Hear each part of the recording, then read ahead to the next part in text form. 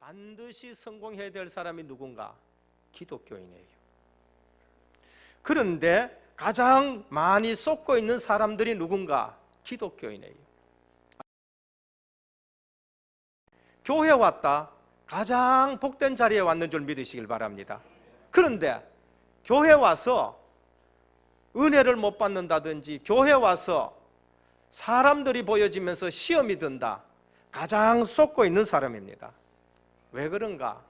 저는 성경 보니까 그래요. 요즘 핵심 때에 유 목사님이 야곱 말씀을 많이 해요. 저도 야곱에 대해서 말씀을 많이 드렸습니다. 왜? 두 가지 쏟고 있습니다. 첫 번째, 내가 얼마나 큰 축복받았느냐, 그걸 모르고 있어요. 성도들이요. 교회 옵니다. 신앙생활 합니다. 그런데 축복받았느냐, 구원의 축복이 얼마나 크냐를 사실 모르는 거죠. 그게 야곱이었어요. 하나님의 아브라함 보고 너는 본토 친척 집을 아베 집을 떠나라. 아브라함은 떠나서 영적 흐름을 꺾어버렸어요. 가문에 흐르는 영적 저주를 믿음 속으로 들으면서 꺾어버렸었습니다. 구원은 하나님의 약속된 자녀가 구원받는 거예요. 그게 이삭이에요. 육신적인 자녀라 해가지고 하나님 자녀가 되는 것이 아니라, 아브라함의 후손이라가 다 하나님의 자녀가 아니라 약속의 자녀야 된다. 그게 이삭이에요.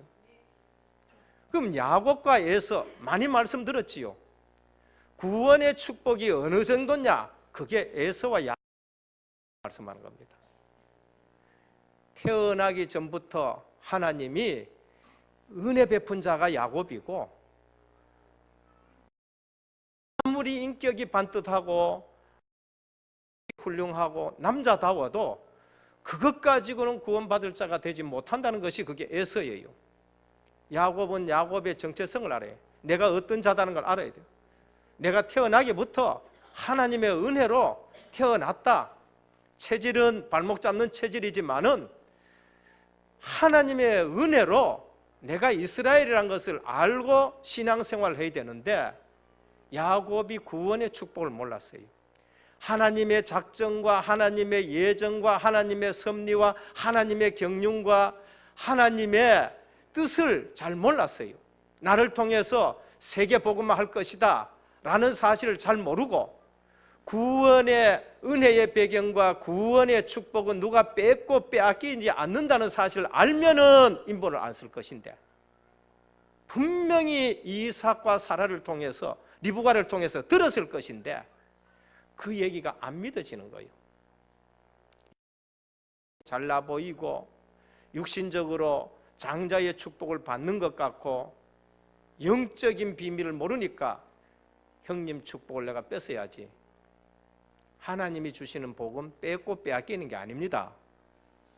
그래서 속이니까 그 인생이 속이는 인생이 되어버리고 속는 인생이 돼요. 21년 동안 하나님이 인본 쓰는 그 야곱 옆에 인본의 대가인 라반을 딱 붙여가지고 또 쏟고 속이고 쏟고 속이고, 물질의 부자가 야곱을 행복하게 합니까? 어느 날 약복강 앞에 왔는데 야곱에게 행복이 없어요. 20년 전에 그 문제가 또다시 들어닥치는 거예요. 400명을 데리고 에서가 나타나요. 그때 야곱이, 그래, 하나님이 축복해 주셔야 되는 거구나. 하나님이 다시 알려주지요. 너 이름이 야곱인데 이제 야곱이라 하지 말고 이스라엘이라 하라. 예. 여러분이 이스라엘인 줄 믿으시길 바랍니다. 우린 영적 이스라엘이에요. 우리는 성도요, 우리는 하나님의 자녀요, 우리는 그리스도의 신부요, 우리는 하나님의 백성인 줄 믿으시길 바랍니다. 이 사실 놓치니까 불신자하고 떡 쓰면은 내가 불신자처럼 살아가야 돼요. 불신자하고 경쟁해야 돼요. 그거는 종교인들이 하는 짓이에요. 야곱이 그 사실을 알지 못했는 거죠. 그래서 기독교인이 뭐에 속느냐? 구원의 축복이 뭔지를 지금 모르는 거예요. 구원의 축복이 뭔지. 야곱이 그 사실을 늦게서 깨달은 거예요. 그래, 나는 축복을 빼앗는 자가 아니고 나는 축복의 후대고 나를 통해서 다른 사람이 복을 받아야 된다. 그래서 야곱이 나중에 축복하는 자가 돼요.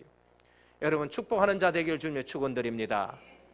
나중에 바로 앞에 설 때에 바로를 축복하는 자예요. 왕을 상대하는 축복하는 자가 되는 걸 보십니다. 기독교인들이 어디에 속느냐? 자기가 속는 것이, 자기 자신에게 속는 것이, 자기 정체성 속는 것이 야곱이고, 또 속는 것이 무엇이냐? 옆에 있는 성도가 얼마나 귀한 성도인지를 몰라요. 육신적으로 봐. 뭐 이거 별 볼 일 없는 사람이다. 뭐 교회에 뭐 무슨 일 하겠느냐? 코 흘리게 왔는데 코 흘리게 이게 뭘 하겠느냐? 여기에 다 속는 거예요. 그게 누구냐? 요셉의 형들입니다. 요셉이 꿈 얘기하니까 니까짓 게 뭐냐? 다윗이 이유가 있다 하니까 사울과 그 모든 주변에 있는 사람들이 니까짓 게 뭘 하냐? 오늘날 성도들이 어디에 속느냐? 자기의 정체성이 어떤지를 모르게 속고요.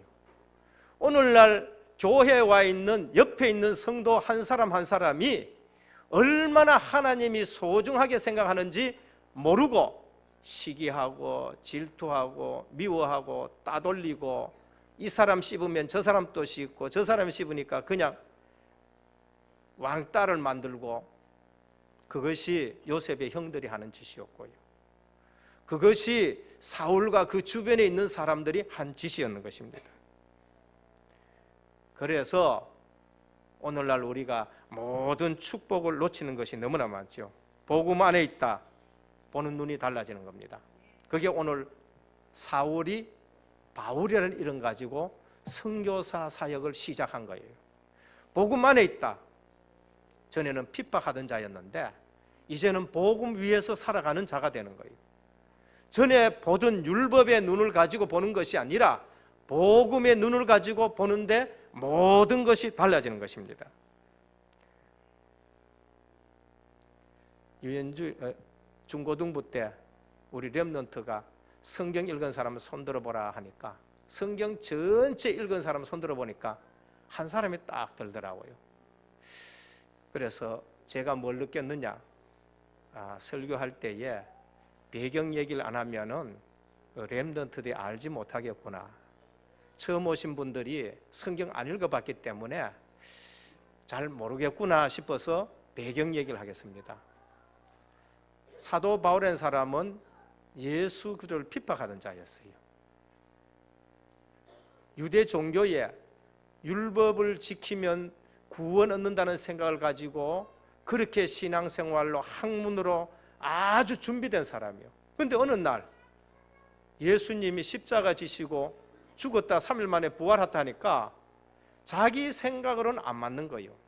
그래서 예수 믿는 사람은 이단이다 하고 핍박하고 죽이고 붙잡으러 다니던 사람이었는데 부활하신 주님을 만나본 거예요. 그래서 이분이 예수 믿게 되어지고 핍박자가 선교사가 지금 되는 것입니다. 그 선교사역 하다 보니까 자기도 똑같이 핍박을 받게 되어지면서 이제 감옥에 들어가 있는 것이죠. 감옥에서 쓴 편지가 에베소서고 빌립보서예요. 근데 이 빌립보서를 보면은 예수 전하다가 감옥에 들어갔는데 바깥에 있는 사람들이 감옥에 있는 사도 바울을 걱정하는데 사도 바울이 뭐라고 하냐? 내가 기뻐한다. 너희에게 내가 다시 말하니 기뻐하라 라고 말하면서 보낸 편지가 이 빌립보서입니다. 그래서 오늘 복음 안에 있으면은 보는 눈도 달라지고 복음 안에 있으면은 내 모든 생각도 달라지는 것이 오늘 이 빌립보서인 것입니다. 바울은 지금 로마 감옥에 있는데 여기서 내가 로마도 보아야 하리라는 하나님의 말씀 성취되는 현장이 있다는 것을 확인하게 되는 겁니다. 내 생각 가지고 나를 판단하지 마시고 내 환경 가지고 나를 판단하지 마시고 신세 한탄하지 마시고 어디에 있든지 하나님의 말씀 붙들고 확인하는 신앙생활 하시기를 축원드립니다. 그래서 뭘 보느냐는 거죠. 이분이 복음 깨닫고 나서는 보는 눈이 달라진 것입니다.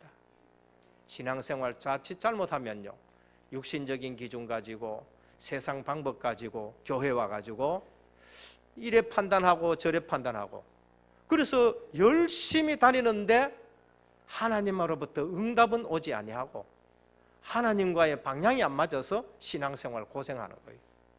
그게 광야 생활하는 이스라엘 백성들이에요. 6월절 어린 양 예수 그리스도의 보혈의 능력을 봐서 애굽에서 빠져나왔다. 그러면은 광야길 가면서 인도만 받아가면 되거든요. 하나님 뭐 때문에 40년 동안 우리를 돌립니까? 그래, 너희 체질 바꾸기 위해서다. 그래, 너희 불신앙을 없애기 위해서다. 가나안은 불신앙 가지고 들어가지 못하는 것이다. 천국은 불신앙 가지고 들어가지 못하는 것이다. 그래서 40년 동안 불신앙 없애는 작업이 광야 생활이에요.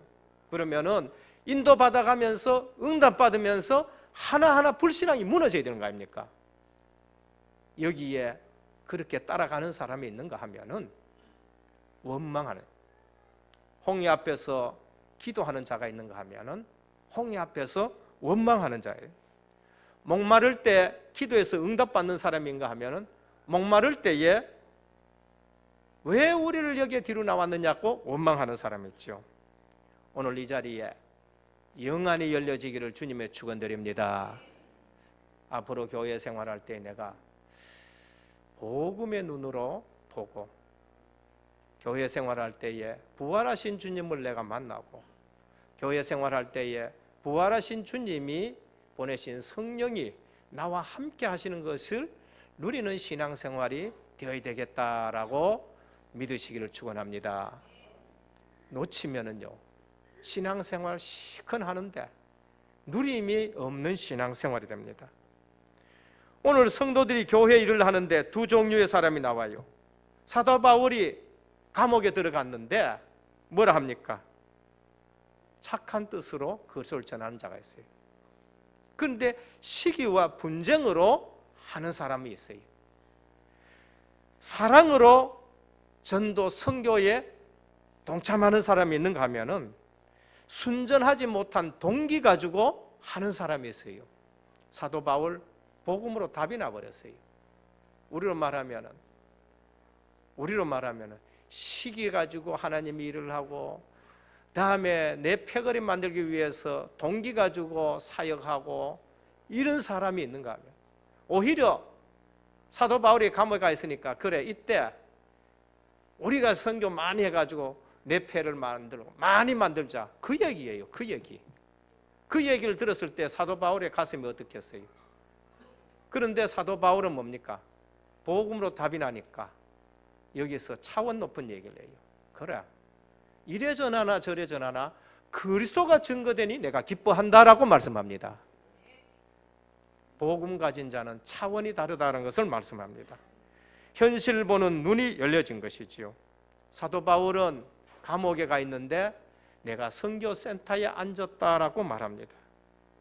그래서 오늘 모든 현장이 선교 현장이다라는 제목을 가지고 말씀드립니다.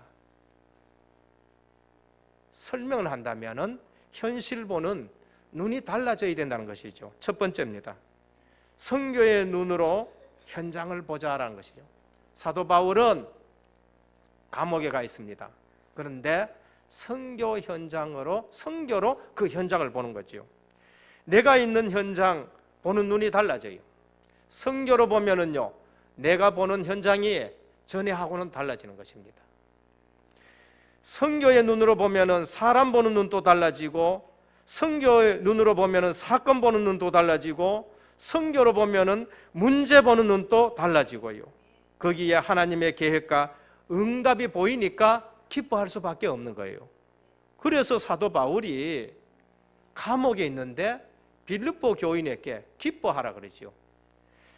육신적으로 보면 기뻐할 내용이 하나도 없어요.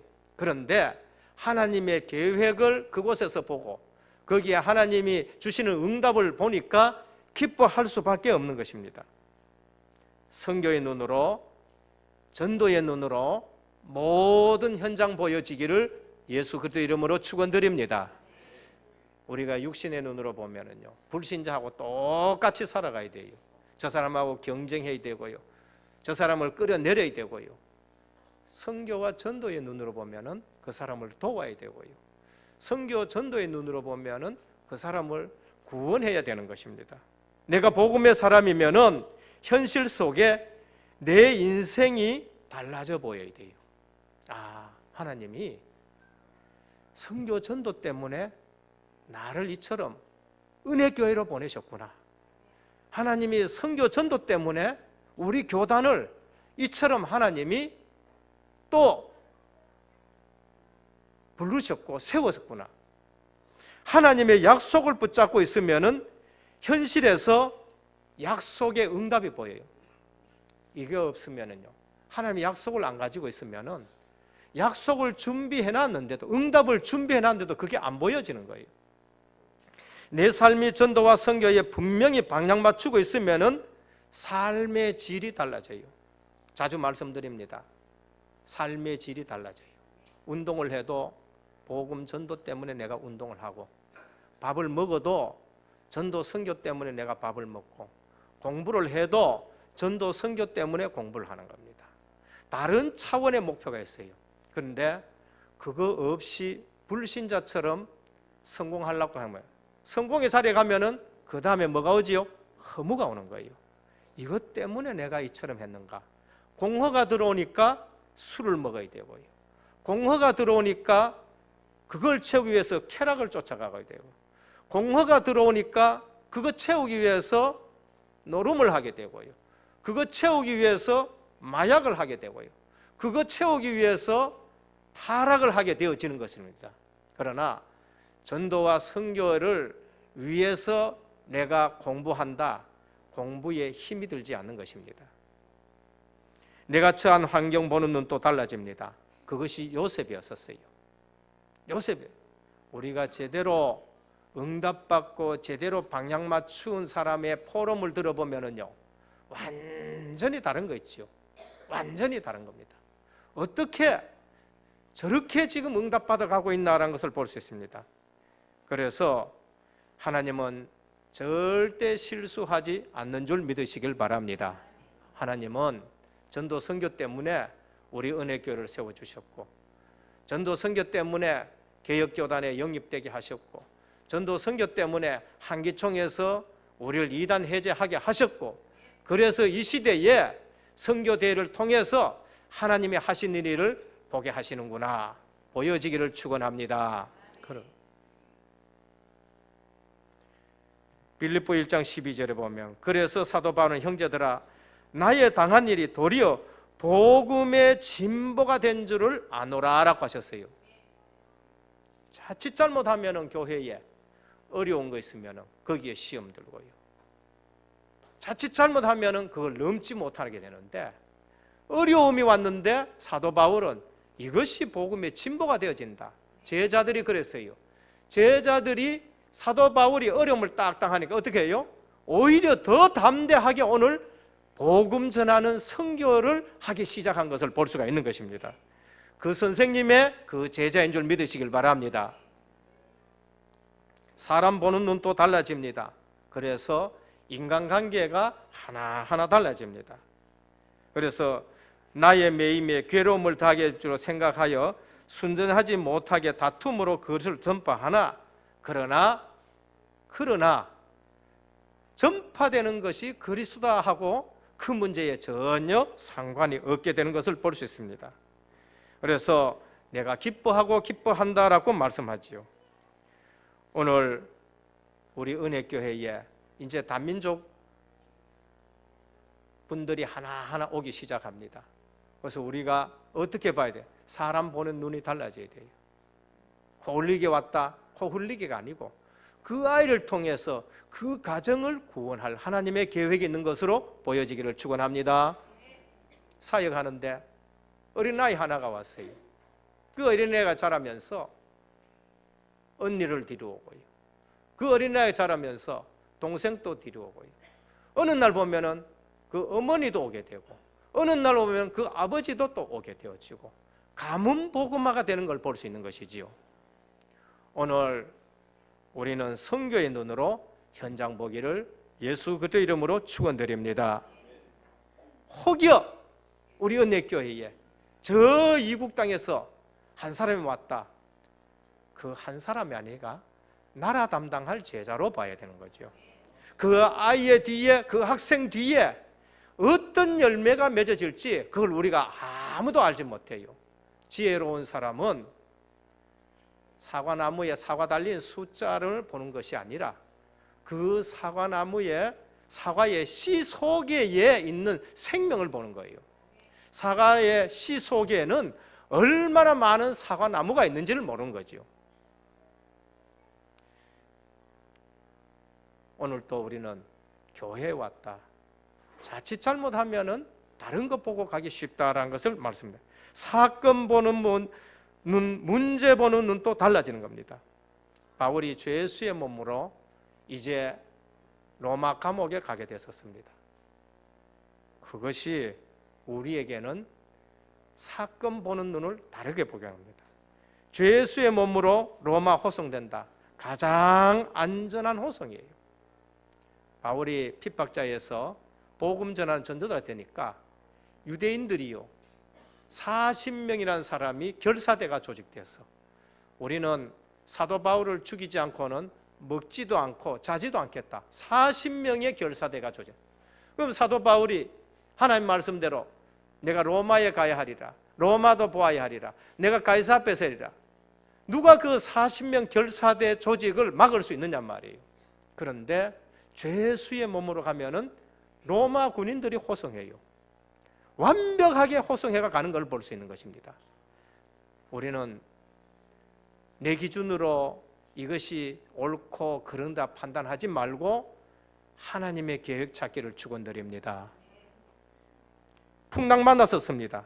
주인이 바뀌는 시작이에요. 사도 바울이 죄수의 몸으로 가는데 풍랑 만날까 가지 말자 했어요. 근데 선장 그냥 가는 거예요. 풍랑 만났어요. 근데 진짜 선장은 누구냐? 사도 바울이에요. 하나님이 사도 바울을 높이셔가지고 그들에게 복음 전할 수 있도록. 여러분들이요 안심하라. 하나님이 내게 말씀하셨는데 이 배가 안전히 항해하리라고 얘기했다.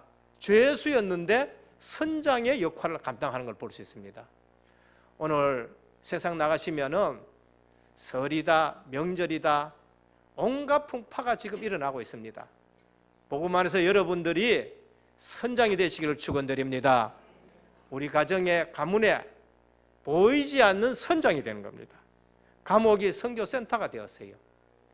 그 감옥이 무슨 감옥이냐? 시위대 감옥이에요. 황제의 측근에 있는 사람들이 들어가는 감옥. 황제에게 복음이 아주 빨리 들어갈 수 있는 현장이에요.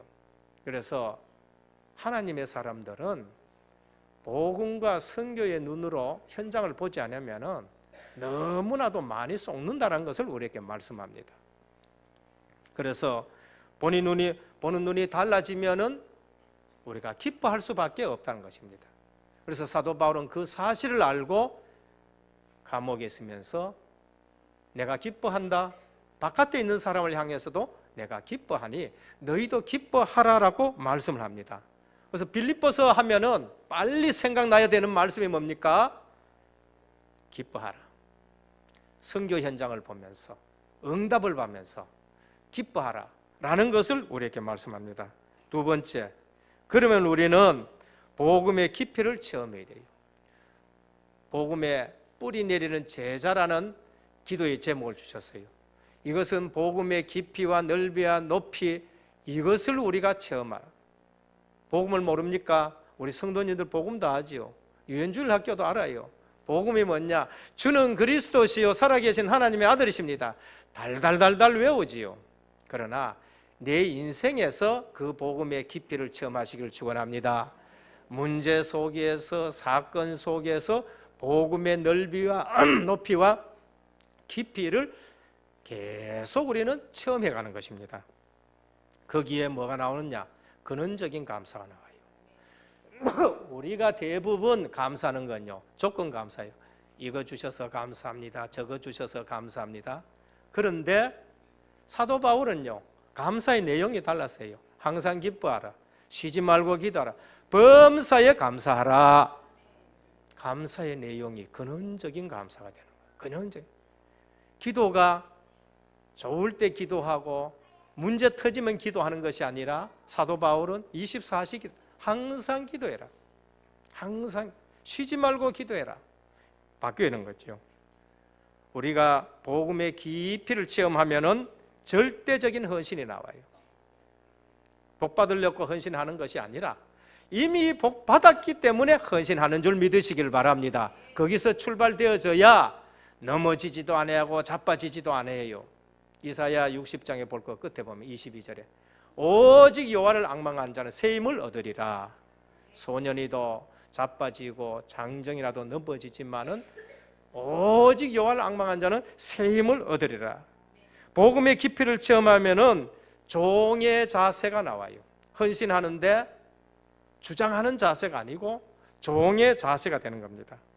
그래서 에베소 3장 17절에서 19절에 보면은 똑같이 옥중서신인데 믿음으로 말미암아 그리스도께서 너희 마음에 계시하게 하옵시고 너희가 사랑 가운데서 뿌리가 박히고 터가 굳어져서 능히 모든 성도와 함께 지식에 넘치는 그리스도의 사랑을 알아 그 넓이와 길이와 높이와 깊이가 어떠함을 깨달아 하나님의 모든 충만하신 것으로 너희에게 충만하게 하시기를 구하노라. 그래요.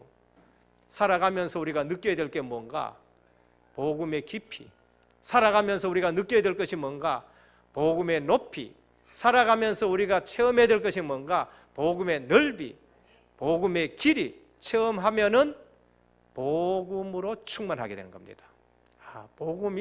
복음만이 모든 것이다. 오늘 보면은 모든 충만한 것이로 너희에게 충만하게 하시기를 구하노라. 복음으로 충분하시기를 축원합니다. 다른 거 필요 없다는 말이 아닙니다.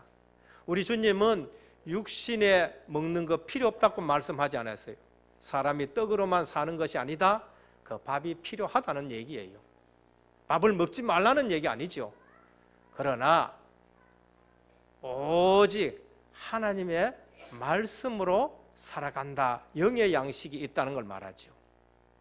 우리는 공부가 필요 없다. 천만의 말씀이에요. 그 말이 아니고 복음으로 충분해야 공부해도 성공한다는 것이에요. 복음으로 충분해야 성공해도 안 무너지는 인생이 된다는 겁니다. 복음 빠지고 성공했다. 그게 바벨탑이라는 것이죠. 복음 빠지고 세상 나갔다. 네피림 시대에 빠진다는 것이지요. 복음 놔두고 내가 뭘 해보겠다. 그게 창세기 3장에 내가 하나님 자리에 앉겠다는 것을 말하는 것입니다. 오늘 또 복음 안에서 하나님의 사랑을 알 때에 하나님의 충만으로 차고 넘친다는 것을 우리에게 말합니다. 복음의 깊이 넓이를 체험하면은 다른 차원의 감사가 나오고 다른 차원의 헌신이 나오고 다른 차원의 종의 자리에 서게 되는 겁니다. 복음의 깊이를 체험하면 할수록 종의 자리에 서게 돼요. 은혜를 깊이 체험하면 할수록 종의 모습으로 일을 하고 믿음을 깊이 체험하면은 종의 자세로 일을 하게 되는 것입니다.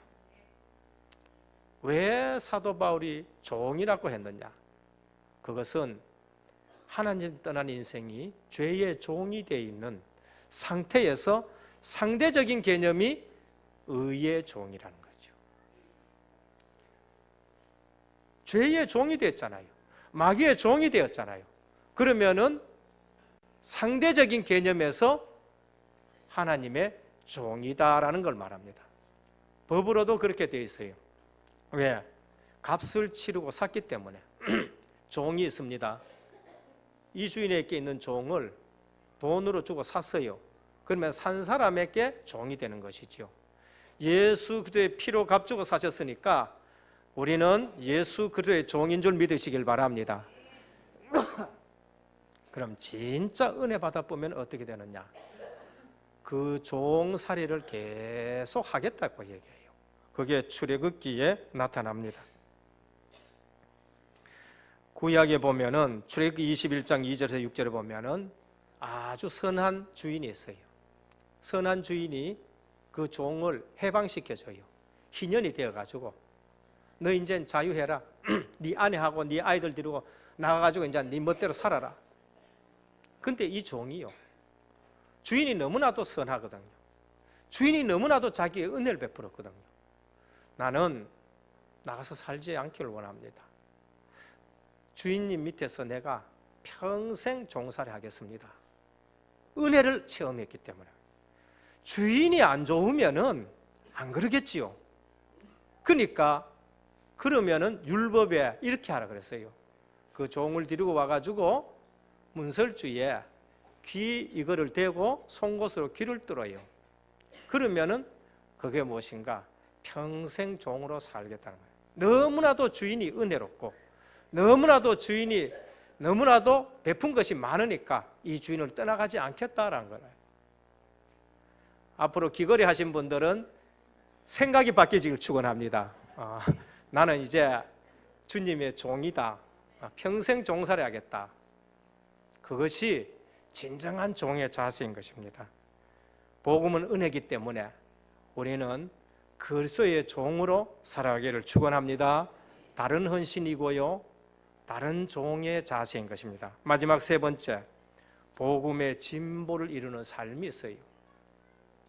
세상 기준이 아니고요, 복음을 제대로 체험하면은 어디에 가서도 승리한다. 그게 복음의 진보를 이루는 삶입니다. 요셉은 노예 생활을 했는데 거기서 승리했어요. 다윗은 광야에 쫓겨다녔는데 거기서 승리했어요. 사도 바울은 감옥에 가 있는데도 거기에서 복음의 진보를 이룬다. 내가 지금 감옥에 와 있는데 여기에서 복음의 진보를 이룬다라고 고백하는 것을 볼 수가 있는 것입니다. 12절, 나의 당한 일이 도리어 복음의 진보가 된 줄을 너희가 알기를 원하노라.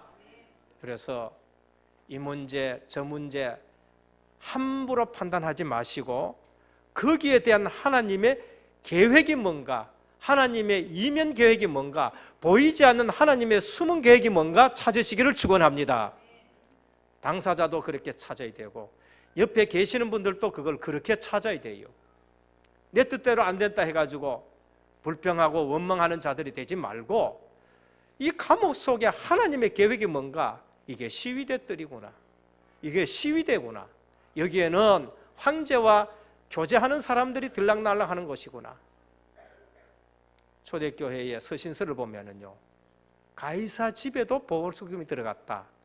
이러한 통로를 통해서 들어간 것이죠. 그래서 좋은 일, 나쁜 일, 어려운 일, 힘든 일 여기에 상관하지 말고 이면 계획을 잡기를 축원드립니다. 그게 복음의 진보를 이루는 삶인 것입니다. 인간적인 생각에는 바울의 투옥이 복음 전파에 상당한 지장을 가져와요. 왜? 제한됐으니까. 근데 바울은 하나님의 이면 계획을 발견한 거예요. 여기가 복음의 진보를 이루는 것이다. 인간적인 생각에는 제자들이 큰 걱정이 됐겠죠. 근데 제자들이 바울이 선교를 못하니까 더 담대하게 선교를 하게 되어지는 것을 볼 수가 있는데, 스데반의 죽음, 복음 전파가 끝난 것 같아요. 그런데 스데반의 죽음을 통해 가지고 안디옥 교회가 세워지면서 세계 복음화가 되는 걸 볼 수 있습니다.